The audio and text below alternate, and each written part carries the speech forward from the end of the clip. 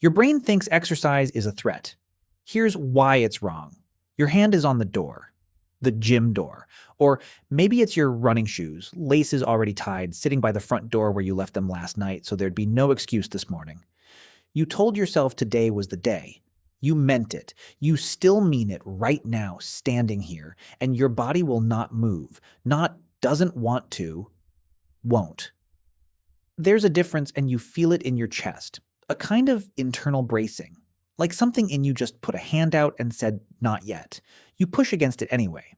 Nothing happens. You're standing at a door you already decided to walk through, and some part of you is holding the door shut from the inside. If this were laziness, it would feel lazy. It doesn't. It feels like resistance, like effort, like your own body is working against you, actively, in real time. So what if it's not laziness at all? What if something in your brain is doing this on purpose? There's a small structure buried deep in your brain called the insula. Most people have never heard of it, but it's running constantly, doing one job. Before you move, it asks a single question. Is this worth it? Not morally worth it. Not, will I regret skipping this? Metabolically worth it. Is the energy cost of this movement justified by what I'll get back? And here's the part that reframes everything. That circuit isn't asking about your goals. It's not weighing your six-pack or your marathon time. It's running calculations built for a world where energy was the scarcest resource you had, and every unnecessary movement was a gamble you might not be able to afford later. So when you stand at that door, your insula isn't judging your character. It's running old math on a body that hasn't updated its risk model in a very long time. That raises a stranger question, though. Why would your brain treat a treadmill, something completely safe, something you chose, the same way it might treat something genuinely risky? To answer that, you have to go looking for proof this circuit even exists. And in 2018, a researcher at the University of Ottawa named Mathieu Boisgontier went looking for exactly that. He didn't ask people what they felt. Feelings can be talked around, rationalized, hidden. Instead, he wired people up to EEG sensors, devices that read the electrical activity in the brain in real time, faster than a person can consciously react, and gave them a simple task. On a screen, an avatar. Sometimes it moved toward images of activity, someone running, cycling, climbing stairs. Sometimes it moved toward images of rest, someone sitting, lying down, being still. The participants just had to steer the avatar away from one and toward the other, as fast as they could. Here's what should have happened if exercise resistance really were just a lack of willpower. Nothing measurable. A quick decision made and forgotten.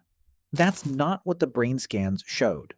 When people steered the avatar away from rest, away from stillness, toward movement, their brains had to work harder to do it. More electrical activity, more executive effort. Not when choosing movement itself, but when actively resisting the pull toward rest. Read that again because it's not what it sounds like on the surface. Your brain doesn't have to work hard to make you sit still. It has to work hard to make you get up. Avoiding rest costs more, neurologically, than avoiding activity does. Which means the pull toward stillness isn't a character flaw showing up in the data. It's the default setting. It was there before you had an opinion about it. And that's a bigger question than it first looks like. Because if this is automatic, if it's happening below the level of conscious choice, then every time you've stood at that door and called yourself lazy, you were misdiagnosing something your brain was doing on its own, without asking you.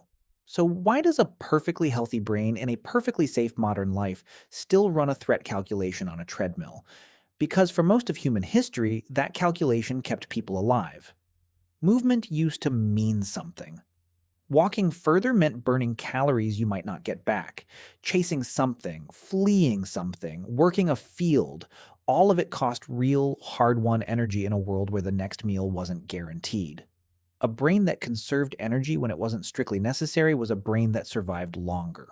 That circuit isn't broken. It's ancient, and it's doing exactly what it evolved to do. The problem is the world changed, and the circuit didn't get the memo. You're not short on food. You're not at risk of starving because you went for a run. But the insula doesn't know that. It's still asking the same question it's always asked using a risk model built for scarcity, applied to a body living in abundance. So the stall at the door was never a discipline problem. It was a mismatch. Ancient software running on a body that no longer needs it to be this cautious, which means fighting it with willpower alone was always going to be exhausting because you'd be trying to overpower a system that's specifically designed to win that argument by default. Here's what actually works instead. You don't out-willpower a threat detection system, you give it new evidence. The circuit isn't calculating, is exercise good for me? It's calculating, is this specific action, right now, safe and worth it? Which means the fastest way to change its answer isn't to force a big commitment, it's to make the very next step small enough that the circuit can't reasonably flag it as a risk. Not go to the gym for an hour. Put on the shoes. That's it. Walk to the end of the driveway. That's it. Every time you complete a small action and nothing bad happens, no crisis, no depletion, no danger, you're not just building a habit. You're sending your Insula a data point, feeding it evidence that this category of action is safe. Over time, the threshold shifts. The resistance gets quieter, not because you got more disciplined, but because the circuit updated its model. Think about tomorrow morning. Same door, same shoes by the entrance. But this time, you're not trying to summon enough willpower to override a threat response. You're not calling yourself lazy for hesitating. You know what that hesitation actually is. An old circuit running an outdated calculation. And you know exactly how to answer it. Not with force, with one small, undeniably safe step forward. You stood at this door before and thought something was wrong with you. Nothing was wrong with you. Something very old in you was doing its job using rules from a world that doesn't exist anymore. Now you know the rules. And now, when your hand is on the door, you're not fighting yourself. You're just giving your brain a smaller, safer question to say yes to. What's the smallest version of starting that your brain can't reasonably argue with? Let me know in the comments.